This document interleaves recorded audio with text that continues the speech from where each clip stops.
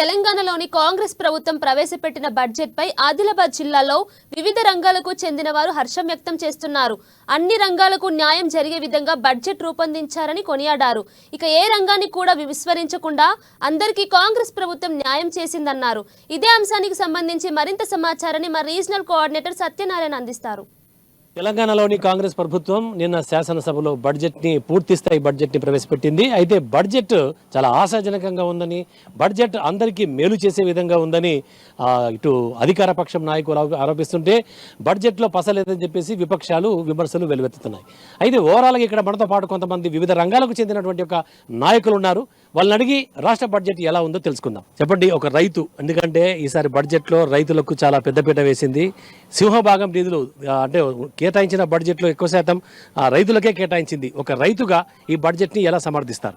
ఈరోజు రేవంత్ రెడ్డి తీసుకున్న నిర్ణయం బడ్జెట్లో ఒక పెద్ద మొత్తంలో రైతులకు 72,000 కోట్ల రూపాయల నిధులు ఒక రైతులకే కేటాయించడం, ఇది రైతుల పార్టీ అన్న ఒక ముద్ర వేసుకున్న రేవంత్ రెడ్డికి మేము రైతుల తరపున ఆయనకు ధన్యవాదాలు తెలుపుతున్నాం. ఎందుకంటే మనం చూస్తున్నాం రైతుల పక్షాన పార్టీ అన్నట్టు రుణమాఫీ, మొన్న జరిగిన రుణమాఫీ కానివ్వండి, ఇప్పుడు జరగబోయే 29 తేదీ లోపల 1,50,000 రుణమాఫీ కానివ్వండి, ఇది రైతులకు ఒక్కొక్క నిర్ణయం తీసుకుంటున్నాడు. రైతు భరోసా కూడా మొన్న చెప్పడం జరిగింది. రైతు భరోసా కూడా 7,500 రూపాయలు ఇస్తామని బడ్జెట్లో కేటాయించడం జరిగింది. 72,000 చిల్లర కోట్ల నిధులు ఒక రైతులకే కేటాయించడం, ఇది రైతుల పక్షాన నిర్ణయం ముద్ర వేసుకున్న పార్టీ అన్నట్టు రేవంత్ రెడ్డి గారు రైతులకు ఒక పెద్ద మొత్తంలో బడ్జెట్ ఇవ్వడం చాలా సంతోషకరంగా ఉంది. ఒక ముద్ర మాత్రం రేవంత్ రెడ్డి గారు చెప్పిన మాటకు కట్టుబడి ఆయన రుణమాఫీ చేయడం కానీ, రైతు బంధు ఇవ్వడం కానీ, ఆయన ఒక్కొక్క కార్యక్రమం చేస్తూ ఉంటే ఖచ్చితంగా ఆయన పూర్తి స్థాయిలో అమలు చేస్తారన్న నమ్మకం మాత్రం మా రైతులకు ఖచ్చితంగా ఉంది. ఆర్టీసీకి ఈ బడ్జెట్లో నిధులు ఆర్టీసీని ఆదుకునేందుకు ఇప్పటి నుంచో నష్టాల్లో ఉన్నటువంటి ఒక ఆర్టీసీని మరి ఈసారి ప్రభుత్వం ఆదుకోబోతోంది. బడ్జెట్లో ఆర్టీసీకి నిధుల గురించి మీరు ఏమంటారు?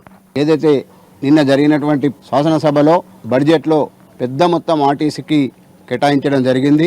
కేసీఆర్ హయాంలో 2019 5/10/2019 రోజున ఏదైతే సమ్మె నోటీస్ ఇచ్చిన తర్వాత 50 రోజుల సమ్మె జరిగిన తర్వాత కూడా 50 మంది కార్మికుల ఉసురు ప్రాణాలు తీసుకున్నావు. మరి ఆనాడు ఉన్నటువంటి ట్రేడ్ యూనియన్లని, సంఘాలను రద్దు చేసి దేశ చరిత్రనే కార్మిక వర్గాన్ని విస్మరించినటువంటి నీ ప్రభుత్వం ఇవాళ ఆర్టీసీ గురించి ఏదైతే తెలంగాణ ఏర్పడ్డ తర్వాత మరి ఆర్టీసీలో ఉన్నటువంటి కార్మికులు 53,000 ఉన్నట్టు కార్మికులు ఇవాళ 43,000కి వచ్చింది. 10 సంవత్సరంలో ఎటువంటి రిక్రూట్మెంట్ చేయక ఆర్టీసీని నిర్వీర్యం చేసిన చరిత్ర బీఆర్ఎస్ ప్రభుత్వం అని చెప్పేసి తెలియజేస్తా ఉన్నాము. ముఖ్యంగా మరి ఆర్టీసీని ఇవాళ మహాలక్ష్మి పథకం ద్వారా మహిళలకు తెలంగాణ రాష్ట్రం ఏర్పడ్డ తర్వాత 10 సంవత్సరాలకు ఇవాళ మహిళలకు ఫ్రీ ఒక బస్సు సౌకర్యం కల్పించిన ఘనత రేవంత్ రెడ్డి కాంగ్రెస్ ప్రభుత్వానికి చెందుతుందని చెప్పి తెలియజేస్తూ మరి ముఖ్యంగా ఈ మహాలక్ష్మి పథకం ద్వారా మహిళలకు ఉచితంగా ఇస్తున్నటువంటి రియంబర్స్మెంట్, మరి అప్పుడు ఎన్నో రియంబర్స్మెంట్ వికలాంగులకు కానీ విద్యార్థులకు కానీ ఇచ్చినటువంటి రియంబర్స్మెంట్ ఇవ్వకుండా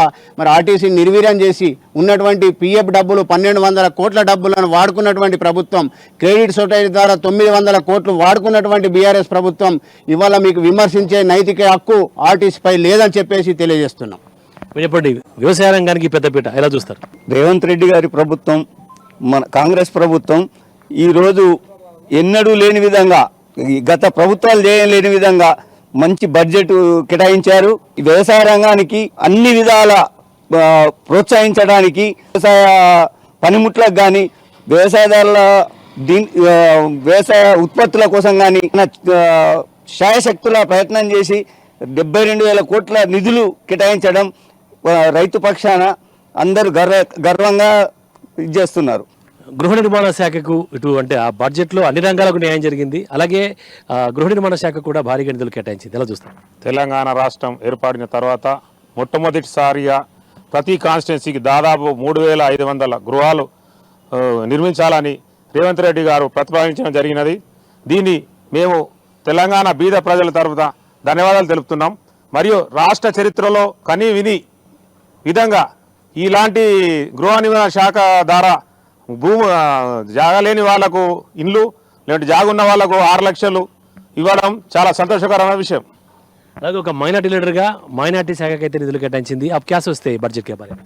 आज तक कोई भी हुकूमत पूरे इंडिया लेवल में भी जितना तेलंगाना में कांग्रेस हुकूमत 3 बजट सैंक्शन करी, आज तक कोई हुकूमत सैंक्शन नहीं करी। और इससे पहले अपने केसीआर साहब बोले थे 12% रिजर्वेशन देते बोले थे, उसमें उन्होंने नाकामयाब रहे। और वो माइनॉरिटी लेडीज़ के वास्ते कुछ ऑफर्स बोले थे, स्कीमात बोले थे, सब स्कीमात झूठे थे उनके।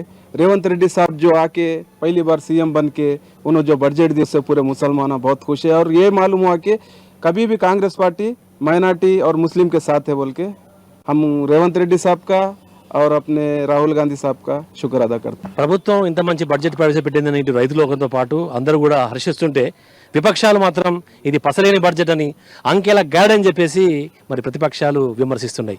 ప్రతిపక్షాలకి మీరు ఏ సమాధానం చెప్తారు? మరి నిన్న ప్రభుత్వం ప్రవేశపెట్టినటువంటి బడ్జెట్ రైతు సంక్షేమం, అదేవిధంగా అన్ని అట్టడుగు వర్గాల సంక్షేమం కోసం ప్రవేశపెట్టిన బడ్జెట్గా అభివర్ణించవచ్చు. ఎందుకంటే నిన్న కేసీఆర్ కానీ, భారతీయ జనతా పార్టీ కేంద్ర హోంశాఖ సహాయ మంత్రులు బండి సంజయ్ గారు కానీ మరి బడ్జెట్ మీద ఇది పసాలేని బడ్జెట్ అని చెప్పి, ఇది కేసీఆర్ గారు ముఖ్యంగా రైతు భరోసాలో కోతలు విధిస్తున్నారని చెప్పి మాట్లాడడం మరి ఎంతవరకు న్యాయం అని చెప్పి మేము కేసీఆర్ గారిని అడుగుతా ఉన్నాం. మీరు బీడు భూములకు, పనికిరాని భూములకు, రియల్ ఎస్టేట్ భూములకు కూడా మీరు రైతు భరోసా ఇచ్చినటువంటి ఘనత మీది. ఈ రోజు రైతు భరోసా మీద ఒక సబ్ కమిటీ ఏర్పాటు చేసుకుని మరి సాధ్యాన్ని పరిశీలించి నిజమైన రైతుకి రైతు భరోసా అందించాలి. దానికి మరి సబ్ కమిటీలో వచ్చిన సూచనల మేరకు 10 ఎకరాల లోప ఎంత అనేది నిర్ణయించి నిజమైన రైతు సోదరులకే రైతు భరోసా అందించాలనే ఉద్దేశంతో ప్రభుత్వం నిర్ణయం తీసుకోబోతుంది. రాష్ట్ర ప్రభుత్వం ప్రజా సంక్షేమ బడ్జెట్ మీద మీరు విమర్శలు చేయడం మీకు తగదని చెప్పి కూడా నేను వారికి తెలియజేస్తా ఉన్నాను. అలాగే ఈ బడ్జెట్ లో ఇంకా అన్ని ఒక వ్యవసాయ రంగమే కాదు, విద్య, వైద్య ఇలా చెప్పుకుంటూ పోతే అన్ని రంగాలకు కూడా బడ్జెట్ లో న్యాయం జరిగిందని భావిస్తున్నారు. గత 15 సంవత్సరాల నుంచి మేము ప్రతి బడ్జెట్ లో చూస్తున్నాం. ఆశించదగ్గ ఫలితాలు ఎక్కడా లేనప్పటికీ రేవంత్ రెడ్డి గారు మరియు బట్టి విక్రమార్క గారు ప్రవేశపెట్టిన ఏదైతే బడ్జెట్ 2.5 లక్షల కోట్ల బడ్జెట్లో మొదటి రంగము 72,000 కోట్లతోటి వ్యవసాయ రంగాన్ని తీసుకోవడం, దానితో పాటు ఎస్సీ సంక్షేమం కానీ, ఎస్టీ సంక్షేమం కానీ, బీసీ సంక్షేమం కానీ, మైనార్టీ సంక్షేమం కానీ, విద్య, వైద్యం ప్రతి రంగానికి ఏ రంగానికి ఎంత అవసరం పడుతుందో సమానమైన నిధులు ఏడా తక్కువ పోకుండా ఆయన ఒక కేంద్ర ప్రభుత్వం మనకు ఆశించదగ్గ నిధులు కేటాయించినప్పటికీ కూడా మన రాష్ట్ర బడ్జెట్ ప్రజా మేలు కోరే ప్రజా బడ్జెట్ను ప్రవేశపెట్టినందుకు మేము రేవంత్ రెడ్డి గారికి మరి వాళ్ళ మంత్రివర్గానికి ధన్యవాదాలు తెలియజేస్తున్నాం.